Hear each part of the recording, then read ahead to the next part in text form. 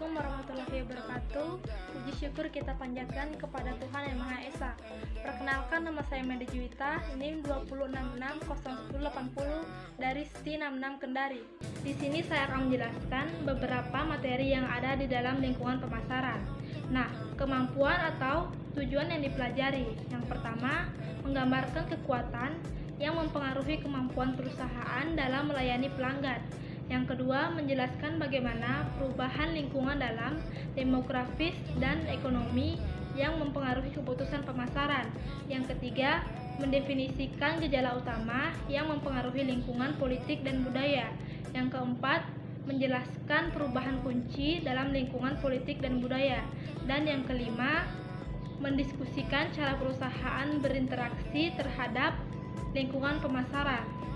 Yang berikutnya, lingkungan mikroperusahaan. Lingkungan mikroperusahaan terdiri dari pelaku lain yang dekat dengan perusahaan dan bergabung untuk membentuk jaringan penghantar nilai atau mempengaruhi kemampuan dalam melayani pelanggan. Lingkungan mikroperusahaan meliputi beberapa hal. Yang pertama, lingkungan internal perusahaan yang berupa beberapa departemen dan tingkat manajemennya, karena lingkungan internal itu mempengaruhi keputusan pemasaran. Yang kedua, firma saluran pemasaran yang berupa pemasok dan perantara pemasaran, termasuk penjual perantara, firma distribusi fisik, agen jasa pemasaran, dan perantara keuangan bekerja sama untuk menciptakan nilai pelanggan. Yang ketiga, ada 5 jenis pasar pelanggan yang meliputi konsumen, bisnis, penjual perantara, pemerintah, dan pasar internasional. Yang keempat, pesaing menantang perusahaan dalam usahanya melayani pelanggan dengan baik. Dan yang terakhir, beragam masyarakat mempunyai kepentingan aktual atau potensial atau dampak bagi kemampuan perusahaan untuk memenuhi tujuannya. Yang berikutnya, lingkungan makro. Lingkungan makro terdiri dari kekuatan yang lebih besar yang mempengaruhi keseluruhan lingkungan mikro.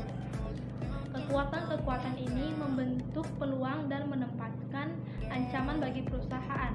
Ada 6 kekuatan yang membentuk lingkungan makro perusahaan, meliputi kekuatan demografis, ekonomi, alam, teknologi, politik, dan budaya.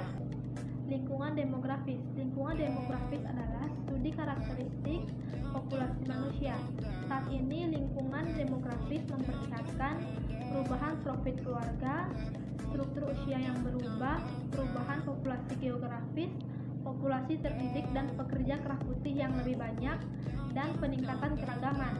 Dalam lingkungan ekonomi terdiri dari beberapa faktor yang mempengaruhi daya beli dan pola pembelian. Dan lingkungan ekonomi cenderung ditentukan oleh perhatian konsumen pada nilai dan perubahan pola pikir belanja konsumen. Perubahan lingkungan demografis dan lingkungan ekonomi. Saat ini konsumen yang terperas secara finansial sedang mencari nilai yang lebih besar atau kombinasi yang tepat dari kualitas dan jasa yang baik pada harga yang wajar. Yang kedua, distribusi pendapatan yang berubah. Yang ketiga, orang kaya yang semakin kaya, orang menengah yang semakin menurun, dan orang miskin yang tetap miskin, menghasilkan 2 tingkat pasar yang berbeda. Dan sekarang banyak perusahaan melakukan penawaran pemasaran mereka pada 2 pasar yang berbeda, yaitu orang kaya dan orang miskin. Lingkungan alam. Lingkungan alam memperlihatkan 3 gejala utama, yaitu kelangkaan bahan mentah tertentu, tingkat polusi yang semakin tinggi, dan semakin banyak intervensi pemerintah dalam manajemen sumber daya alam. Nah, kepedulian lingkungan menciptakan peluang pasar bagi perusahaan yang waspada. Yang berikutnya, lingkungan teknologi. Dalam lingkungan teknologi menciptakan peluang dan tantangan, dan perusahaan yang gagal mengikuti perkembangan teknologi akan kehilangan peluang, produk, dan pemasaran baru. Yang berikutnya, lingkungan politik. Lingkungan politik terdiri dari hukum, badan, dan kelompok yang mempengaruhi atau membatasi tindakan pemasaran. Lingkungan politik telah mengalami 3 perubahan yang mempengaruhi pemasaran di seluruh dunia. Nah, yang pertama, semakin banyaknya undang-undang yang mengatur bisnis. Yang kedua, penegakan hukum yang kuat oleh badan pemerintah. Dan yang ketiga, penegakan tindakan tanggung jawab etika dan sosial yang lebih besar. Lingkungan budaya. Lingkungan budaya terdiri dari institusi dan kekuatan yang mempengaruhi nilai, persepsi, selera, dan perilaku sosial.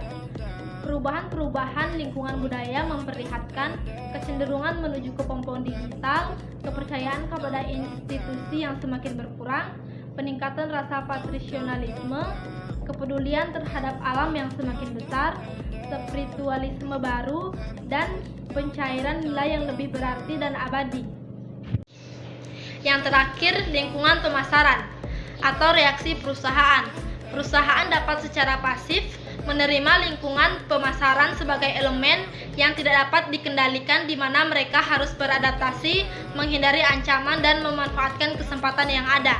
Atau perusahaan dapat mengambil tindakan secara proaktif, bekerja untuk mengubah lingkungan dan tidak hanya bereaksi terhadapnya. Dan setiap saat perusahaan harus berusaha proaktif dan tidak reaktif. Demikian yang dapat saya sampaikan, kurang lebihnya mohon dimaafkan. Terima kasih.